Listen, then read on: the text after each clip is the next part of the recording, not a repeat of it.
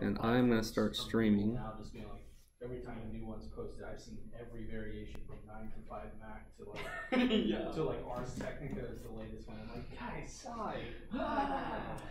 Okay, so I feel like we're live on the YouTube action. Do whatever you need to do. Go for it. Yeah, get pizza. I'm gonna confirm that we're actually live by watching it on my own phone. Yeah. Yeah, we're good. It's a little delay, but we're good. All right. From your front-facing camera? Both, actually. You can distribute from both cameras and the screencast, yeah, all at the same time. Yeah, I know. I'm moving on up in the technology world. Like, finally, a programmer can do YouTube streaming. Yes. All right, cool. So for all the people watching the stream right now, or if you're watching it later, pizza just got here. So yeah, this is the good part of showing up to the meetups instead of watching it from home on YouTube. So you're gonna have to wait for us to eat some pizza real quick. So meanwhile, feel free to go ahead and go to the W3C website and go to the CSS part of W3C, because we'll be referencing that for sure. Now, a message from our sponsors, which is pizza. Pizza.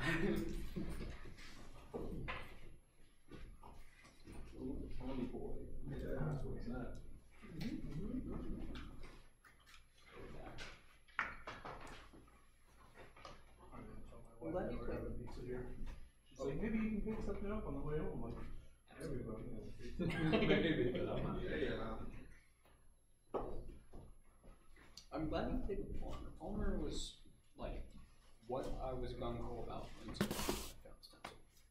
We were working with him. We honestly didn't know. We couldn't really get it inside wood. Yeah. That was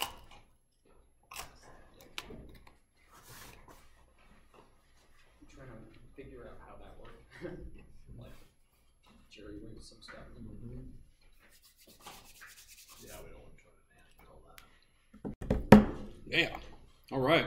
So, while we're eating, I'm going to go ahead and do the usual opening spiel that we usually do for these.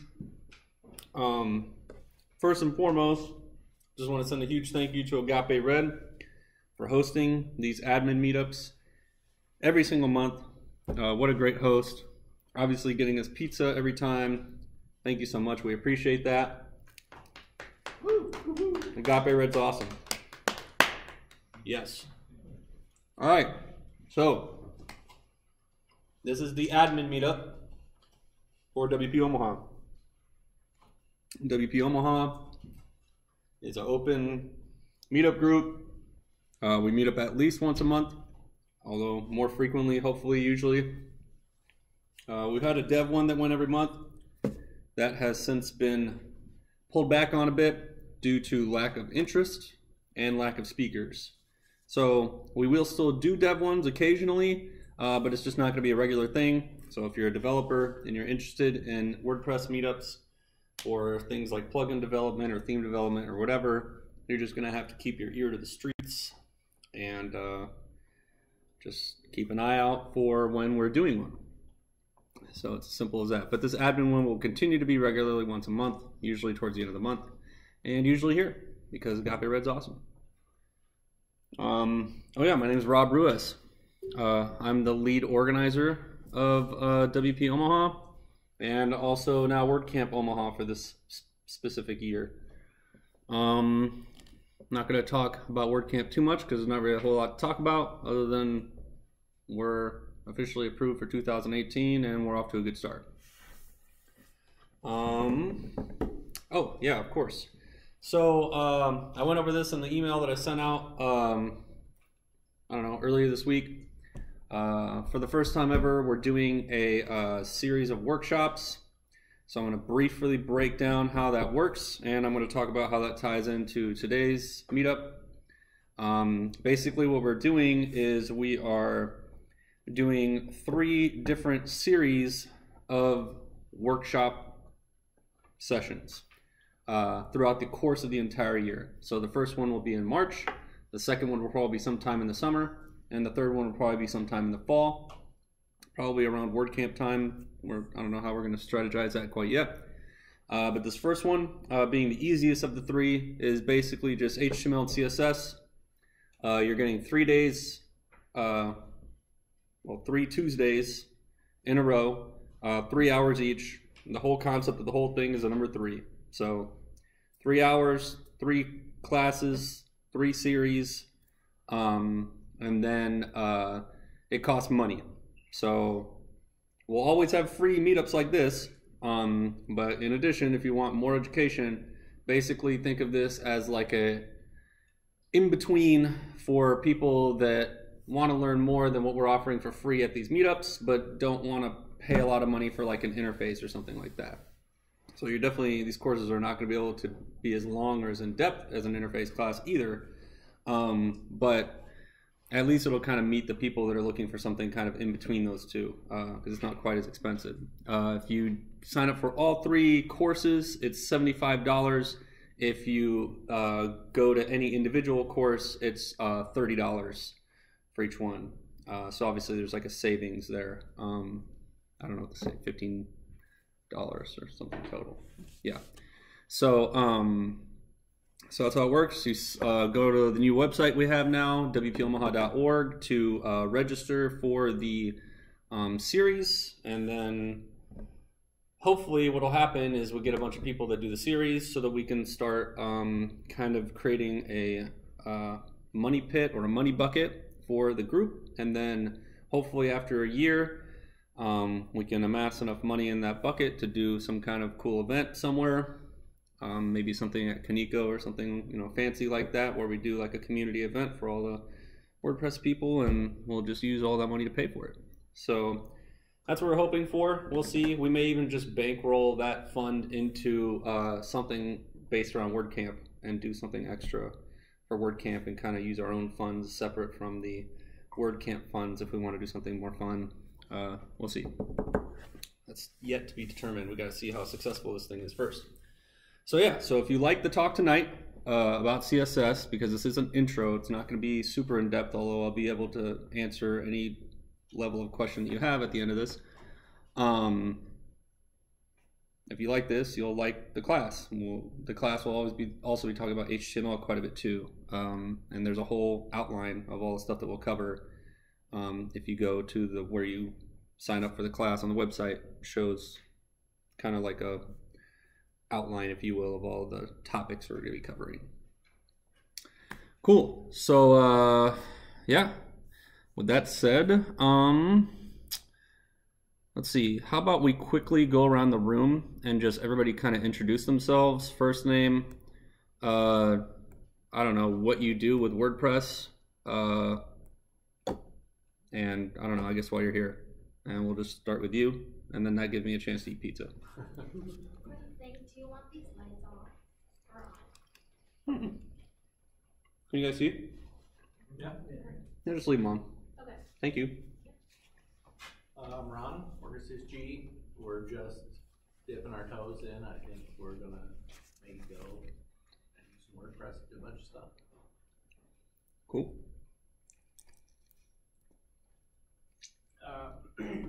I'm Will. Previously, I made a ton of custom themes with WordPress. Nowadays, I work on supporting WordPress through Flywheel.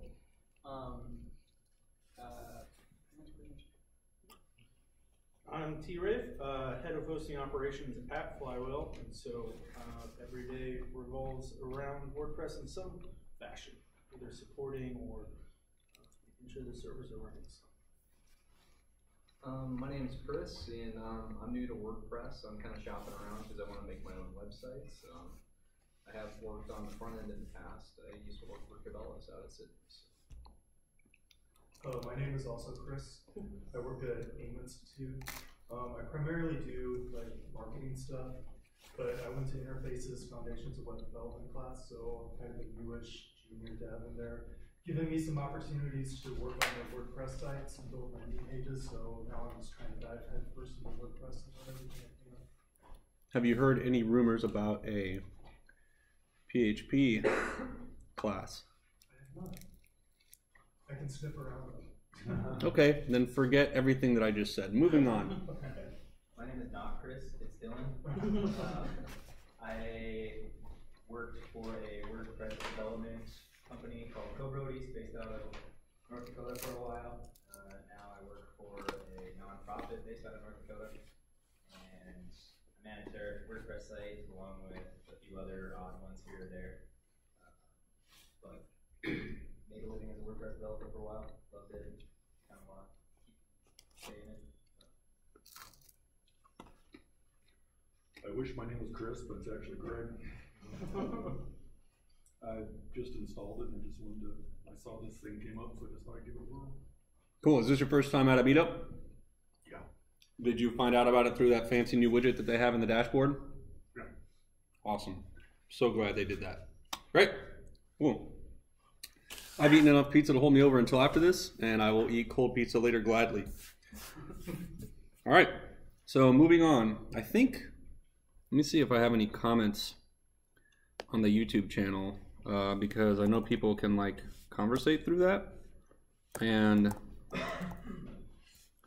I don't know if there's like people asking questions or saying that it's not working or something like that. Hope people can hear me. I don't know why this isn't working.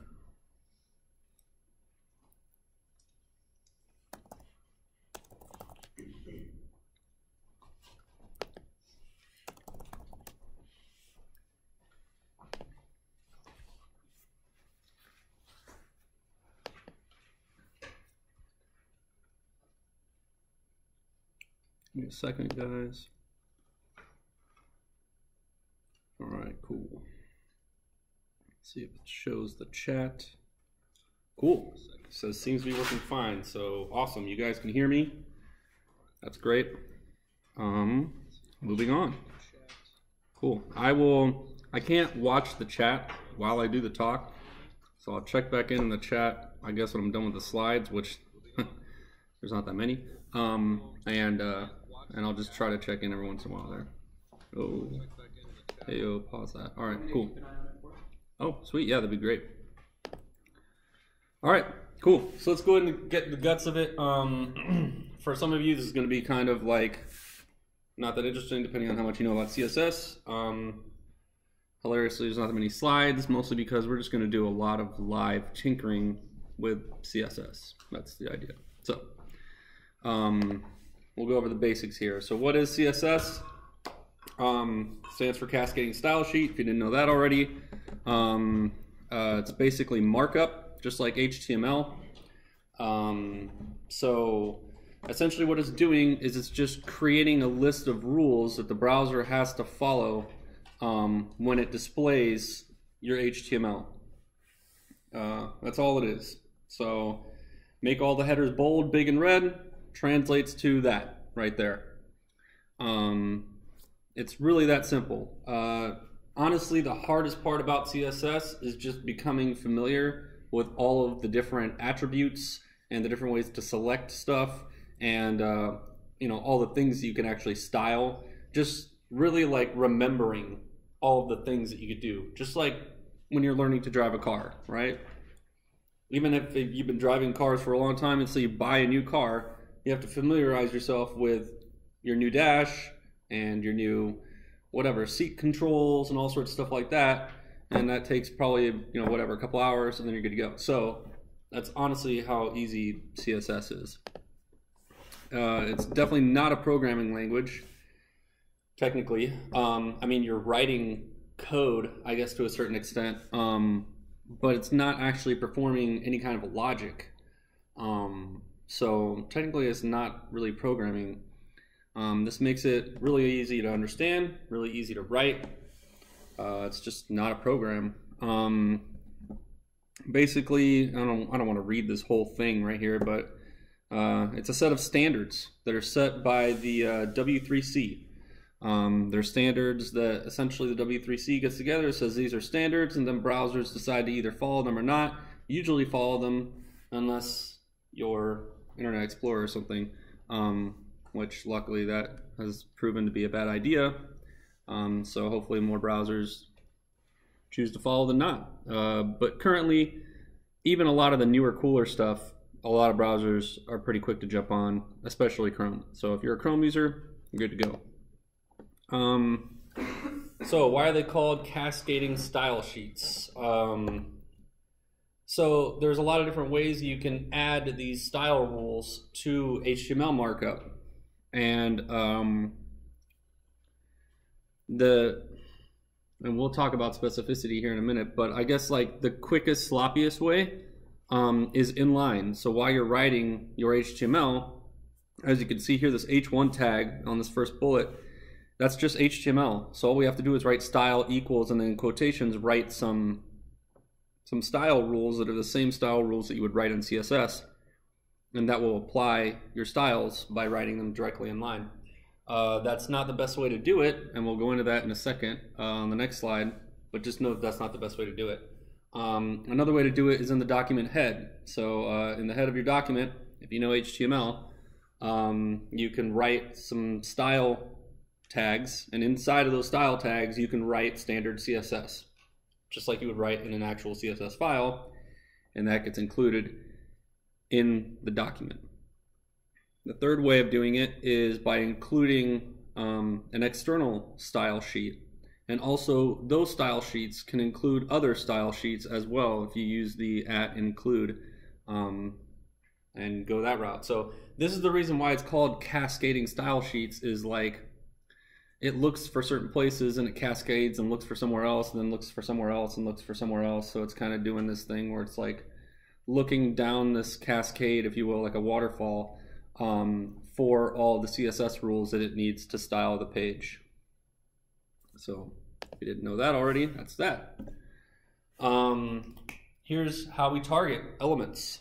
So I kind of tried to make this very quickly and make it make sense here. But basically, you've got, for every element and every attribute of an element, there's a way to use that attribute to target any element. So when I say target, that means like, I want this thing on the page to have these rules, whether it be a background color or an actual regular like text color or a border or a box shadow or whatever.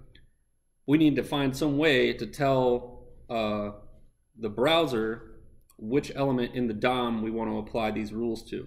So when we're writing our CSS, the first thing we write is our selector. It's called a selector, which is how we target the element, and then what we write inside of those brackets after we specify the selector is all the rules. So when we're grabbing things by element name, we simply write the element name. It's that simple. So in this case, I'm using a P tag for an example, but if it was an article, we would just write article. If it was a div, we would write div. So you just write whatever's in between the less than and greater than symbols, and you're good to go. If you want to target using the class name, you put a period at the beginning of the class name. If you want to target with the ID, you use a hashtag before the name of the ID. If you're going to do any other attribute, like name in this example, you do the brackets, and then you just put whatever the first thing in, when you write the brackets, the first thing before the equal sign needs to be the name of the attribute, whatever that attribute is called. In this case, we're using name. What's another attribute? In more modern JavaScript markup, you'll see things like data-id or data-whatever. If we wanted to target by those, we could. We could just say data-id equals, and then in quotations, whatever it would be. And then state, we use the colon. So if we wanted to only apply a rule to something when we hover over it, we would the colon and then hover. Mouse hover is just one. There's a few others. I'll show you an easy way to find a list of all the other ones later when we start actually playing around with this stuff. All right, specificity. Now this, in my opinion, this is like the most important part of CSS. When I learned about specificity, it took my knowledge level of CSS from beginner, I barely know what I'm doing, to like, wow, I'm actually like advanced in a matter of seconds. Because honestly, specificity is probably the most important aspect of CSS. So the more specifically you target the element, the more precedence it takes when the page applies the styles.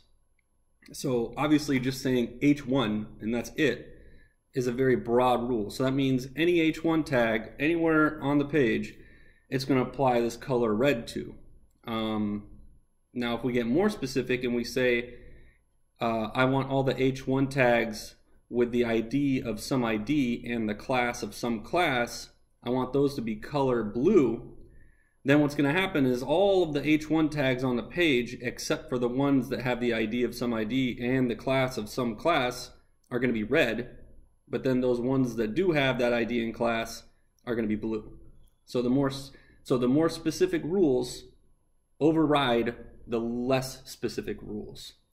And this is really where the power comes in, especially in WordPress.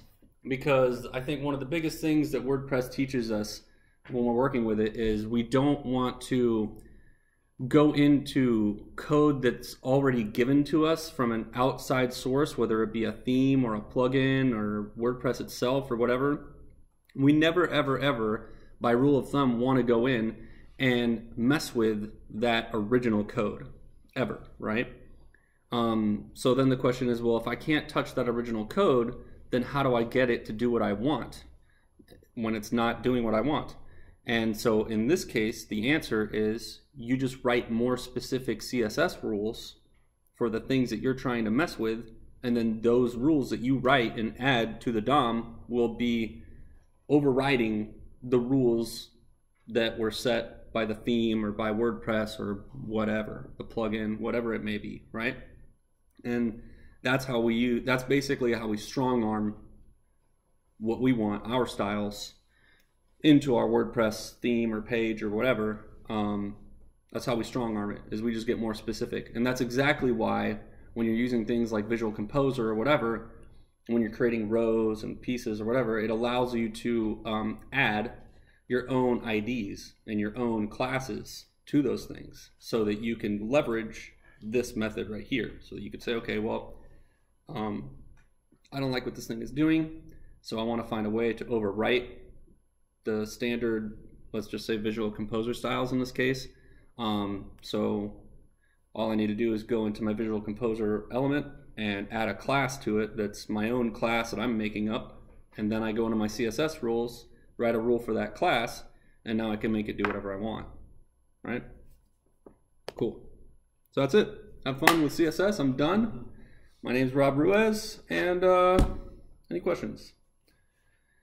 But seriously though, any questions so far?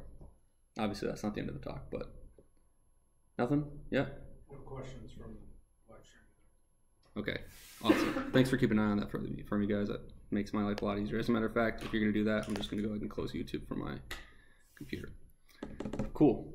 So, I feel like the thing that makes the most sense is to just go to WPOmaha.org to shamelessly promote the website that I worked so hard to make, and so that we encourage WP Omaha people to use it more. But also, like, I have full control of this site, and if anything breaks on this thing, it's not a huge deal because it doesn't get a lot of traffic, and it's not one of my client sites, so whatever. But the first thing we're going to do, and I'll make sure you guys can see this, obviously. So how do I cast a different tab?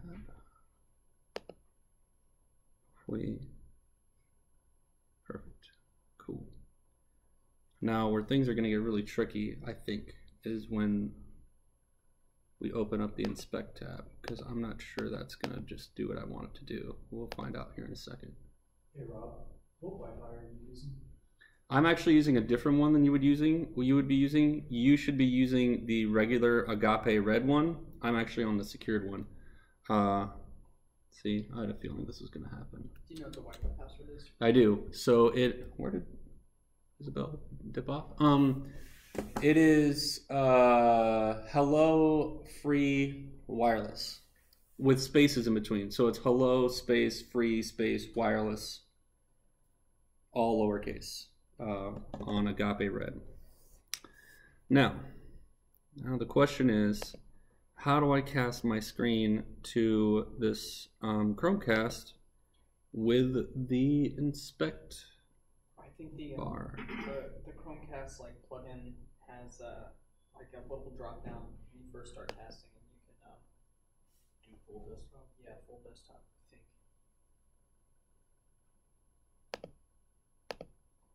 It looks good on the YouTube stream though.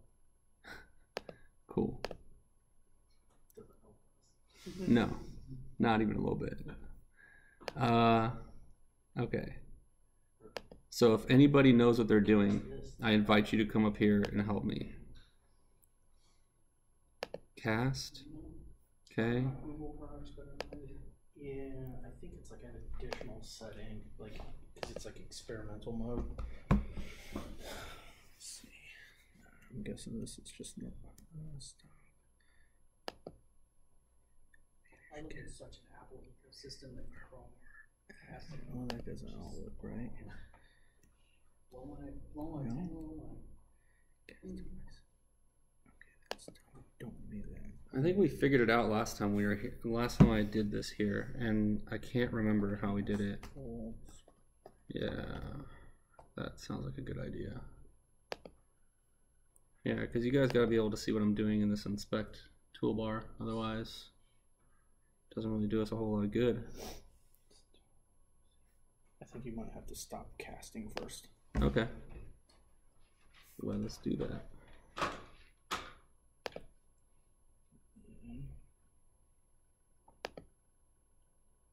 You can cast desktop. Oh, there we go. Cast desktop. Boom. Boom. Boom. I have a feeling this is going to work. All right. Yes. Now we're talking. Beautiful. Thank you so much, T-Rave. You are the man. All right. Cool. So, for those of you that are not hip to the inspect element tool, are you, what? It's a joke? What's happening right now? Okay.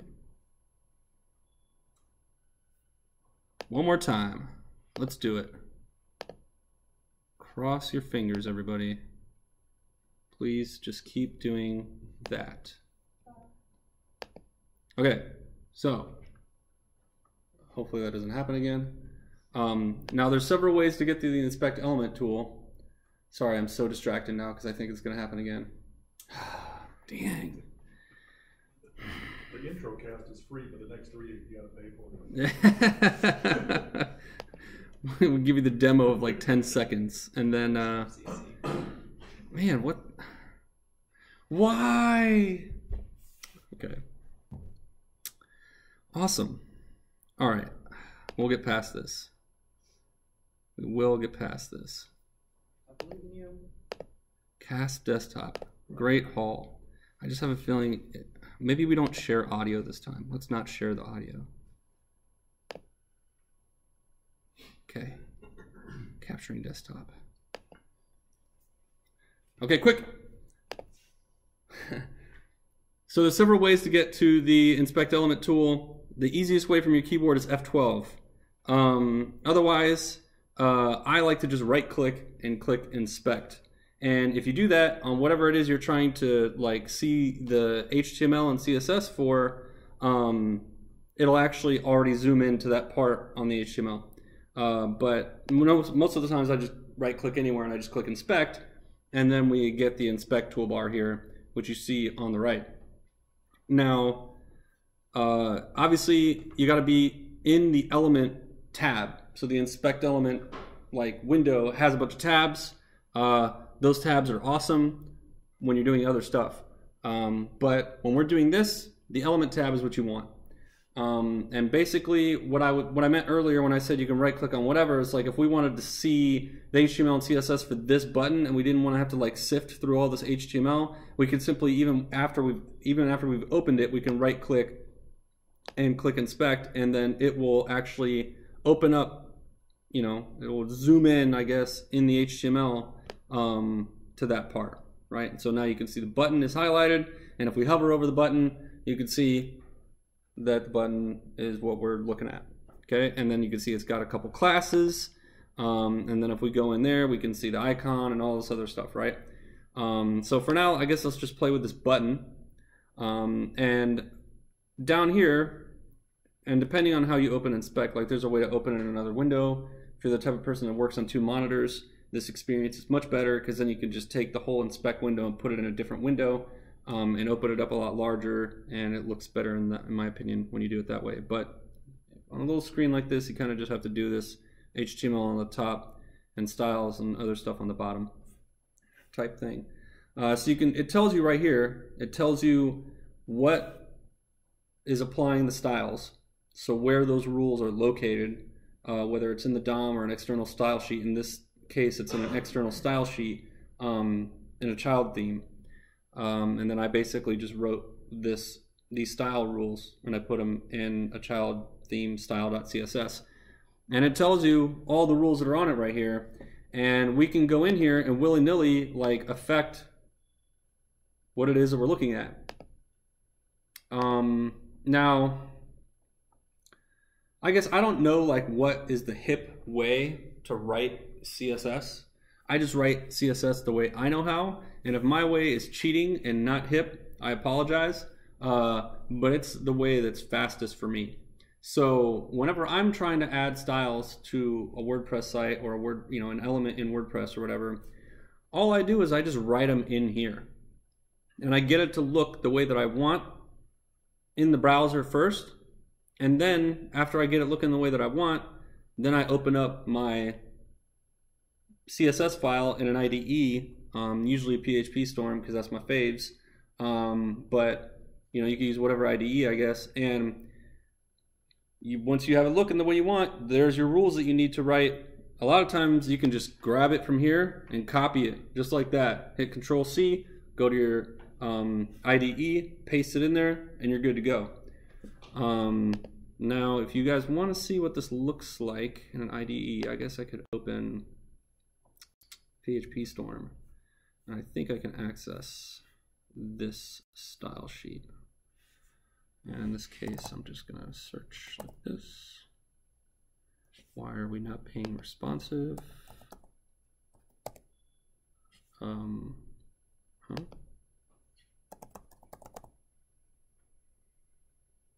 Come on. There we go. It's being kind of sluggish. I think it's because I'm like screencasting and doing all this other stuff at the same time. We'll see if it opens and how responsive it is. Anyway, while that's happening, we can do whatever we want with this box in here. So when I say write it right in the browser, I mean like literally, we don't even have to do it here. Like we can actually go up here and do it. And this is the equivalent of writing it in line. So if we wanted to change, I don't know, if we wanted to change the font weight, right, to something stronger, or the font in general, right, we can just say font size, and then we could say that's equal to, I don't know, 4M, if we wanted something super dramatic. And now our text in our button is way huger, right?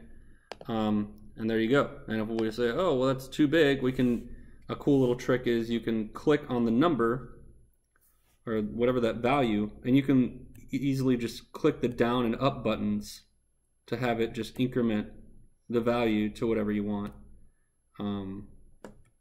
until you see what you like, right? So if I say, okay, well, I want this thing for whatever ridiculous reason to be 3M, I could just leave it there, take that 3M, and paste it in my style sheet, which is not opening. Let's just use this guy and see if it'll eventually open. There we go. Anybody in here use PHP Storm? Or WebStorm for that matter? No? You're a WebStorm user? Yep. Nice. It's the same thing. Same thing. It's just a PHP specific version of WebStorm. So it does everything that WebStorm does, plus some additional features specifically for PHP. That's the only difference. Clay, who works on mobile, swears by PHP. I think it's the best, especially for WordPress development. PHP, I mean, because it's PHP. So yeah, I think it's the best. everybody at my work uses WebStorm for .NET and all sorts of other stuff. So, all right. So I think I'm already in. Yeah, I'm already in my WP Omaha project, which is cool. And I should be able to easily get to that style sheet and show you where I've written those rules that are showing up there now. Man, it's crazy how slow this goes when I'm screencasting. Delay. All right, so I'm just going to go in here and I'm going to find in my child theme my style.css, and then here you'll see a bunch of rules that I've written for this theme to customize it. So I guess that goes into the next part, like how do we, and we'll talk more about coding CSS, but once I know how to write CSS, how do I get it into WordPress? Because this is a WP Omaha talk. The best way is to do it like this. The best way is just to create or use your already created child theme and just go into the style.css file, and you can write whatever you want in here, and these styles will be applied globally all over your WordPress site. So if we wanted to find that button, I guess I could just do a find for button. I don't know. There we go, button primary. And so there's our rules right there. And the cool thing about Chrome is that like it'll even tell us what line the rule is written on, so it makes your coding easier. So it tells us these like numbers over here, after the colon, that's basically that 49 right there. I don't know if you guys can see that or not, but that's the line. And when we hover over this thing, it tells us exactly where the style.css file is located in our file tree. So if we go to line 49, there it is right there on line 49. Button primary, and here's where I wrote all the CSS rules to make that button look the way that it looks. Okay.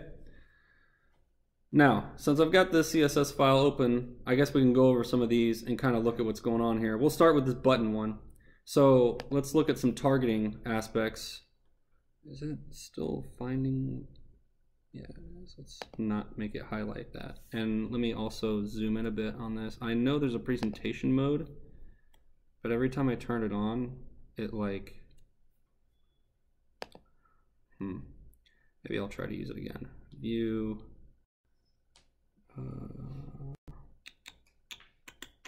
In tools.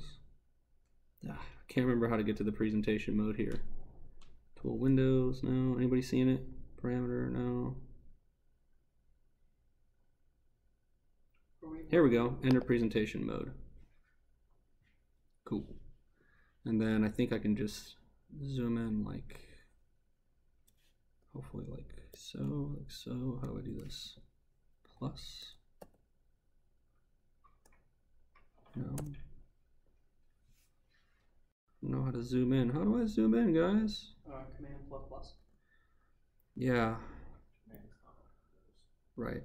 Good try though. Good try. Good try. I wasn't gonna call you out on that, but normally it's like control and then scroll, but like that trick is not working here. Control Shift plus.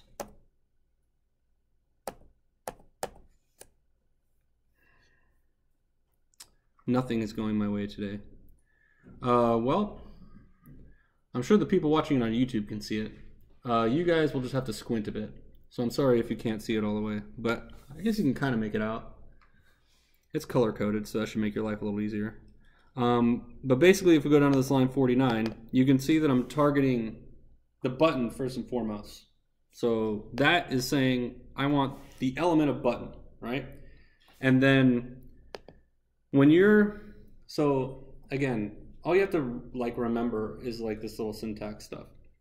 So if I want to specify a button with a certain class, what we need to do is we need to make sure that the name of the class comes directly after the period, which comes directly after the element name. No spaces, right? That's how we specify a bunch of details about a singular element. When you start to see spaces, that's when we're talking about elements inside other elements, right?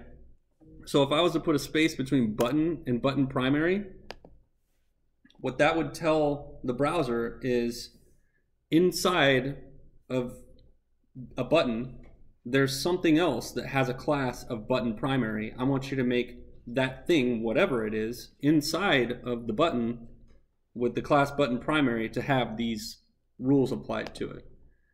All right, so that's not what we want. We're specifying a specific button, so that's why I have them right next to each other. So it's button dot button slash dash primary. The button with the class of button primary. But you'll see in some of these other rules I have up here that we've got spaces. And so what's happening here is I'm saying, okay, inside of the header element, there's something else. I don't have to tell it what it is. There's just some other element with the ID of next dash meetup.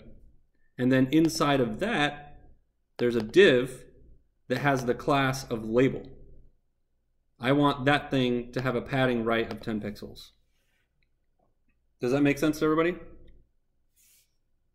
So the spaces like matter quite a bit in CSS, because if you don't know when to use them, you're going to end up targeting the wrong stuff and wondering why your CSS rules are not working. Now this is the part where I have to remember how to exit the preview mode, which is why I don't like going into it anyway.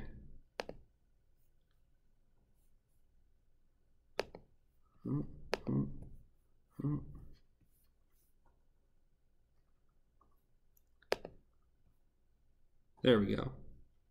View, exit presentation mode. Cool. To be completely honest with you, I think we'd be better off not using presentation mode. I wonder if that's a option, preference I have to set to be able to zoom in. I'll check that in a bit. Anyway, so that's how we write all of that stuff. So you'll see even here, I can go in and I can edit the targeting. And if I put a space in here, it's going to take all the rules off of that button. So this rule still applies because it's applied to this specific element. If I turn that off, then it completely goes back to a normal HTML button. Okay, but if I go back into this thing and I go like this, take that space out, we got our regular button back. Okay, so that's super important to know. Any questions about targeting so far? There's other cool advanced ways to target stuff, and you can get super clever with how you target things to make cool patterns, colors, and stuff like that happen on the screen. I'll go into that more later if you guys still have questions about that, but I don't want to get too in depth about targeting and specificity since this is just an intro one, because we got a lot of other stuff to go over. So any questions so far about that? Does that make sense to everybody? Is there any questions on YouTube? Chances are probably not. Okay, cool. All right, so yeah, so that's how I write my CSS. So if I wanted to go and change something about like this add to cart button or this thing over here, I would just right click, inspect. There's going to be some rules applied to it obviously, but I don't think these rules are going to be coming from something that I wrote.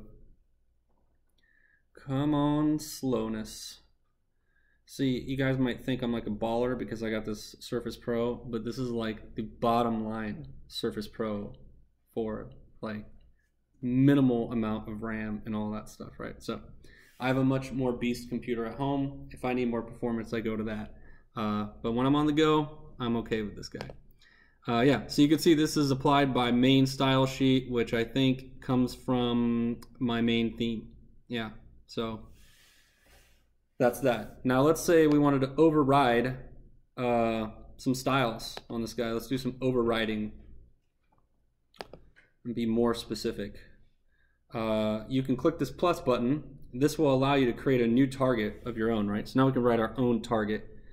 So now what I would do is I would say, okay, well, let's start with what they already have. So let's just do item dash block dot product space h3, right? So just doing that is not going to be enough, because now the browser is just going to guess which rules to use and which ones not to. So if I go ahead and I write let's say font size, and then do like a 50 pixels. Yeah, so it's going to accept this one because we're doing it in the inspector, so it's overriding what we have down here. But if you were to write that in an external style sheet, depending on what order the style sheets are loaded in, your rule might be overridden by the other one because they're targeted the same exact way. So if we want to make sure that no matter what order the CSS files are loaded in, we just need to be more specific. So now we can just say, okay, well, where's our item block that it's talking about? Oh, I see it. It's right there. So it's basically just saying anything in a div like this that has the class of item block, if they're, and the class of product, right? So it's specifying two classes in an individual element. Now within those, if there's an H3, give that H3 these rules. So now we just have to look up the HTML tree and just find the next thing that is above it and specify that. So now we could basically say dot block content if we want at the beginning of this, and that will override it. Dot block dash content space, boom. And it's overriding no matter what, but yeah, trust that that would override it. It's because inspector style sheet is at the very bottom below the style sheet. You're right. That's why it's... Yeah. So that's how we just get more specific and override stuff if we want to. So obviously if I turn this off, it's going to go back to what it was before.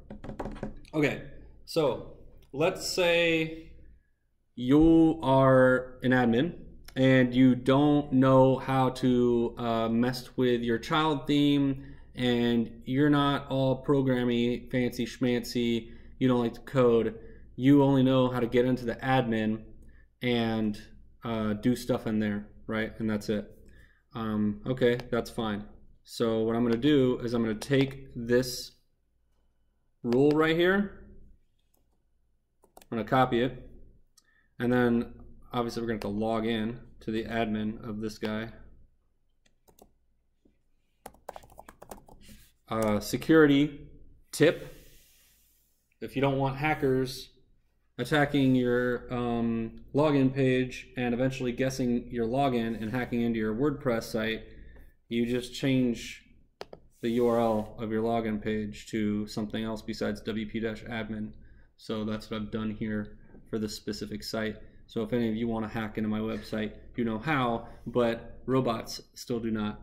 So I have changed it to entrance.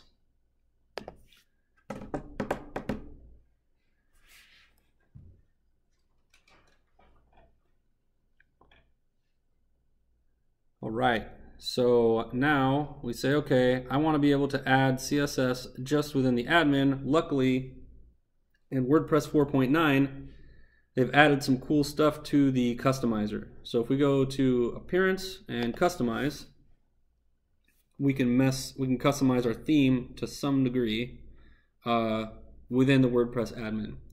And they've now this additional CSS thing has been there since I believe 4.7, 4.6, something back then. I can't remember exactly. Whenever they redid the customizer, I think they've had this additional CSS in there for a while. But what changed in 4.9 was they made this little window here a lot smarter, like a lot smarter. And so it's got linting built into it. It's got code completion built into it. It's got a whole bunch of cool stuff. And so any CSS that you write in here, oh crap, no, we don't have our stuff copied anymore. Any CSS that we write in there will end up being, I believe, inserted into the head of the document. It just writes it in there when it writes the head. I believe is how it works. I could be wrong. I'm pretty sure it doesn't put it in an external style sheet. That sounds ridiculous. Okay, so now we can do our font size, I don't know, 4M, something dramatic so that we can see the difference. There you go. It's even got some like color coding in there. And if we wanted to write other rules, like if we wanted to say background, you'll see it gives us like, kind of does the same thing that Chrome does when you write in the Chrome inspect element. It just gives you like, if you just start typing, it'll give you all of the possible CSS properties, I guess, that you can apply. So in this case, we'll just say background, I guess. I don't know if this is going to do anything. I might have to do background color. And then we'll just give it like purple or something obnoxious. And then we just save this. I believe it. Can you scroll down in the preview? Does it actually apply in the site part? Oh yeah, over here it does. Yes, I believe it live does it. Ah, there it is. Absolutely. Yep. Which is cool because then it's just like if you're coding in the inspect element, right? The only difference being that we can't just right-click inspect on this thing to find out what its classes already are. So I would probably still use the method that I'm describing. However, I would probably only use that just to grab the class and then put the class in there, and then you can go to town in here if this is how you're going to apply your rules, obviously. And then just figure out all your CSS rules and tweak everything just right here. Because it will change it live. So if I make this 2, it'll live update, which is actually pretty sweet considering we're in the WordPress admin. And that's all. Yeah, so that's that. And I believe if we just click publish, it will apply that rule live. And if we go to our actual home page here and we refresh this, it should have the rule applied, hopefully. There we go. There's our big, huge, obnoxious button and text and all that. Really, really, really showing off the fact that we want people to pay money to do this because we're greedy and, well, we just want their money. Yeah, so that's that. And we're using the LA Lakers colors because, I don't know. People in LA are greedy. I'm just making stuff up at this point. All right, cool. So any questions on that? Like that's basically how you add CSS in the customizer. And so now, even if you don't even have an IDE, or if you can't remember what an IDE is, and you can't remember what a child theme is, and you don't know what a .css file is, or how to include one, or any of that business, you can style your site however you want and fix anything about your site without trouble at all. Just right here in the customizer of WordPress. Like for instance, this green text, not a huge fan of that green text. I would want it to match this like kind of lighter pea green color that we're going on with here instead of this like super bold, like, I don't know, grass green color. And so if I wanted to, I could just write that change right in here.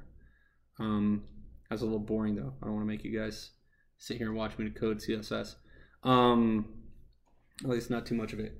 Any questions before we start getting into some different, like, kind of want to talk about some different properties that you can play with. We'll talk about the basic ones, and then we'll go into some other cool ones. Any questions over the customizer or any of that? You guys are all good. All of you probably already know CSS, huh? You're just here to like validate my ability to even give a talk on this, huh? Have you played with Grid? CSS Grid? Absolutely. Yeah. The combination of using Grid and Flexbox together is like what we wish we had, whatever, 15 years ago, which would have made the whole table versus div layout argument completely invalid and means it would have never happened. But obviously we can't go back in time. But yeah, Flexbox and Grid together means that you can easily create columns and stuff without having to do a whole bunch of fancy float inline block nonsense. And yeah, that can get ugly too. And actually a lot of themes are still written like that. As a matter of fact, if we go up here and we try to figure out how this theme is lining up all of, well, okay, just so you guys know, in case you didn't know, I'm sure all of you guys probably do, but you can change where this dock is aligned or whatever, how it's docked. And so if we want to see the full width, we can just do that, right? And so going to that point, if we want to see how they're getting all of these to lay out side by side like this, I'm guessing it's probably floats, but we'll find out here in a second. They probably have a float rule assigned to the list item, is my guess. Yep, float left. So if we take this guy off, then everything stops lining up horizontally. So the reason I'm saying this is because a more modern way of achieving this same look and feel here is to use Flexbox and or grid. Honestly, the combination of the two is the best. But yeah, and to do like multi-column layout and stuff. I believe even the sidebar is floated to the right, and a better way to do that is also Flexbox and grid. The reason being is that it's just better for responsive design. So it does the stretchies better. I don't know how else to explain that. I mean, it's called Flexbox, so it flexes, and then grid essentially allows you to write CSS rules that tell it how to stack elements when it changes the size of stuff. So you can dictate, hey, I want this thing to go on top when you collapse everything together, or I want it to go on the bottom, and you can just assign some numbers and stuff. I'm not going to get too much into that today because it's kind of intro. That's a little bit more advanced and new school, I suppose. But yeah, that's a good question because I have a feeling that would be one of the first questions that comes up is how do I do columns, right? Now I can show you, so obviously like a lot of themes do columns with floating, okay? So we already talked about that, and we can go back and look at that because columns are pretty important in layout. So you can see here, they're just doing a float left, and then I believe they're assigning a width somewhere. Maybe not. I think they're not. They're allowing the text to actually dictate the width. So depending on how long your like how big your text is, it just automatically stretches to the size of your text. So that part's cool. But yeah, they're just using a float. Not a huge fan. Now, if I know that I want my page to be like split perfectly in half or perfectly in thirds into columns, and I don't want to do fancy Flexbox stuff or whatever, I'll try to show you how I would do that. Let me see, how would I show you how to do that right on a WordPress page without like, I could probably just open CodePen and do it like that. Might just do that.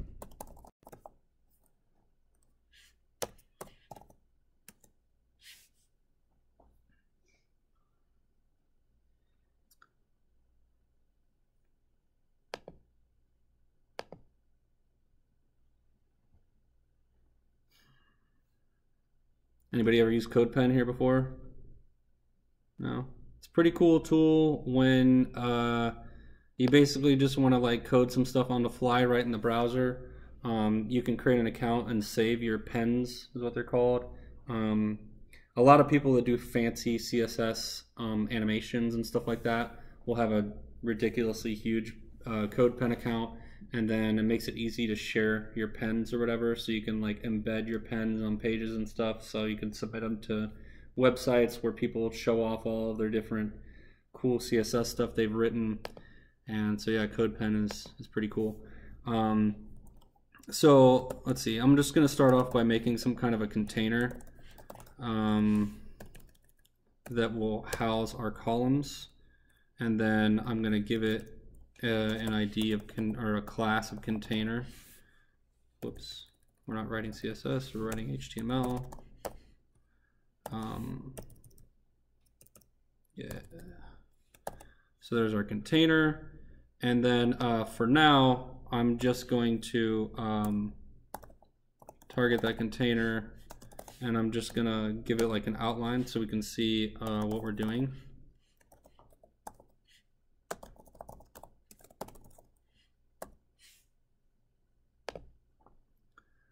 Okay, cool. Yeah, it's just not the right size. So we'll just give it a height of like, I don't know, 300 pixels. And that should be good enough. Let's go ahead and just do 4 since my screen is big enough for that. Okay, cool. And I'll make the border a little bit bigger so you can see it better. Whoops. Can't just click that, can I? All right, cool. So there's our like containing box, right? Then what I'm going to do is we're going to create some columns.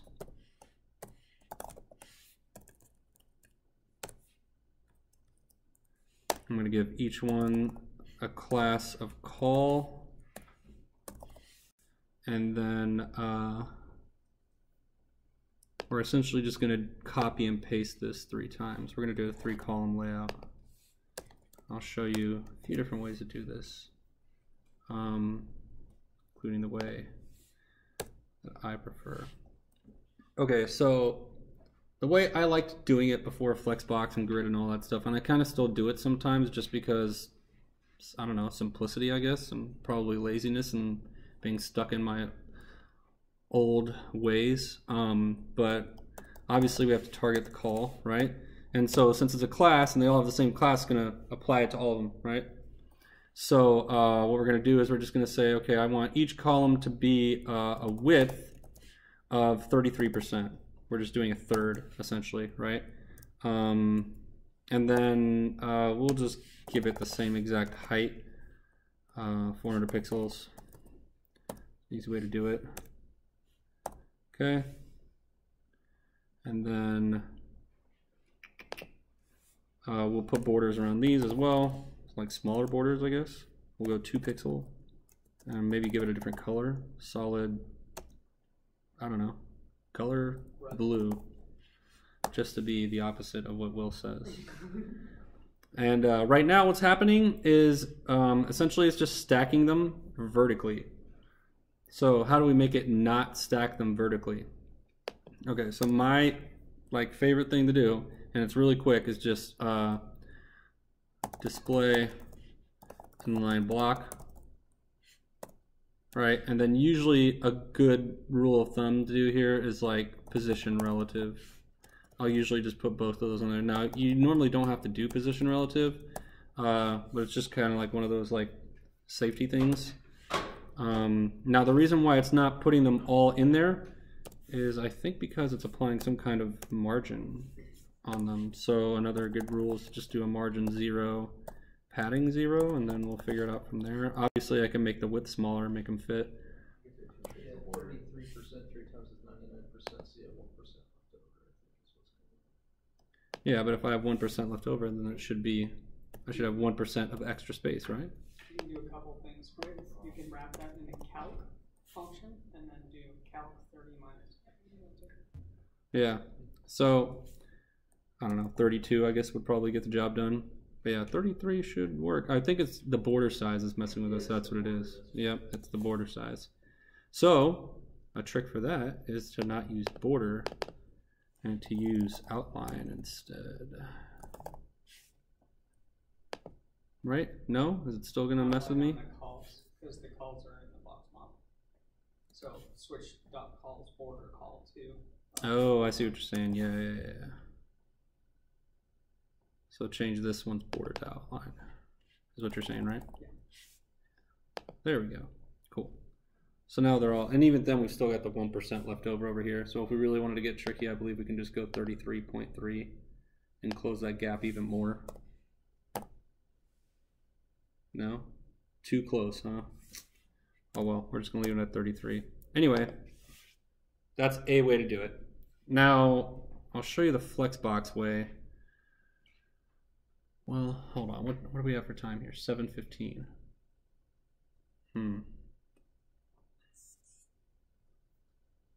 Any questions over anything else so far?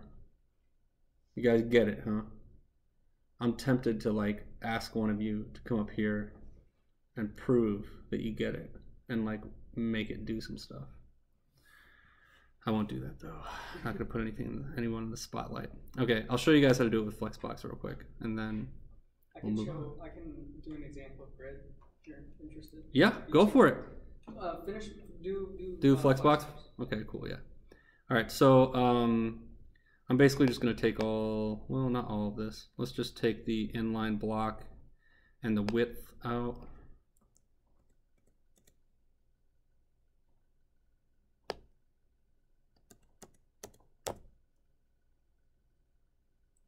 Cool.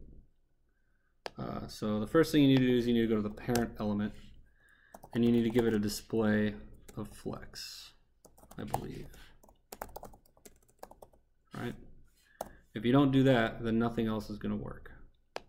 Now what we do is in the child elements, we give them a rule of flex. So the flex property won't work unless you've used display flex on a parent element, just so you guys know. And then we go in here and we say flex 33%. Cool. Yeah, perfect. All right. It just works. So that's why it's a better way of doing it.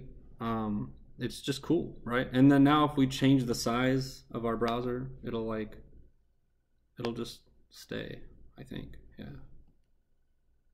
Right. Every time I let go of the draggy McDraggerson. Yeah, see, it stays. And obviously like the percentage would do that too, but yeah, that's how you do that. And you can actually do other cool stuff with Flexbox too. Like you could say, well, I want one of these to be like 60% and the other two to be 30% or whatever. And like, so that like you've got a main one and two like mini side ones or whatever. It does that real nice as well. But yeah, I don't know. That's the simplest, most introductory way to demonstrate Flexbox. Go for it. Yeah, sure. Yeah, show off your grid box. I honestly haven't messed with grid box a whole lot, so I don't want to try and show it off and like not know what I'm doing. Plus, this pizza looks really good. Welcome to the stage, Will. Hello, hi, I'm Will. Okay, so we're gonna do the same thing in Flex. At this point, actually, now that Flex is added, we can get rid of margin and padding. Yeah. So now we've got less code. Let's write even less code. Grid, display grid. Now what we're gonna do is we're gonna do what is it? Grid template columns. And I typoed there. It's for my first time using a Windows thing in like aeons. And it shows. Yeah.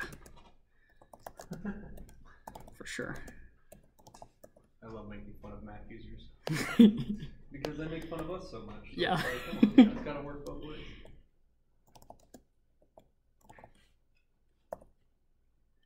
So that is how you do it, and you don't even need call anymore. You can actually get rid of all of this. Ta-da! Even less code. You now dictate the height? right now we are, yeah. You can, I think. Let's find out. Let's see how that renders. Nope. Apparently you don't. So even less code. That's fantastic. It moves to the parent. Another thing you can do is you can say, okay, just like what you wanted to do, which is we have a larger item in the center. So this is this unit, which typically you would say one battery's running low. Typically you would say 1 pixel, 10 pixels, 20 pixels. This is one free room. So it's one or fraction, I think it is. One fraction of what is currently inside of this box. So you could say 2 fractions. I see it nice. I go, oh, free room. It's, oh, whoa, you're like replacing. That's weird to me. Whoa, blowing my mind. There we go. So now the center item has effectively 50% of the room, and then the other 2 are distributed to 25% of the room. You could also reduce this and say repeat, what is it, 3 comma, or no, it goes the thing that you're doing and then the amount of times you're doing it. So repeat this, it's the amount of times that you're repeating, and then the space, FR. So So repeat that 3 times, 1 free room. Ta-da! Another thing you can do is you can be like, let's say we wanted to go, what's something interesting? Oh, I'm gonna bring it back to that inline. Oh, whoa. Yeah, you definitely can make fun of me for having a Windows over a Mac. Let's come back over here. Okay, this inline example is awesome. But as you can tell, there's some free room over here. It's like empty, and the pixels aren't lining up just perfectly. What we can do is we can go, sorry. What we can do is we can say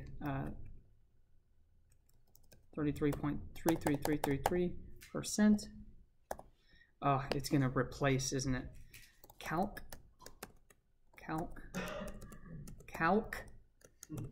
Okay, I can do this calc. And you can do math now. 0.3333% minus what? 4 pixels is our outline, or 2 pixels? Yeah.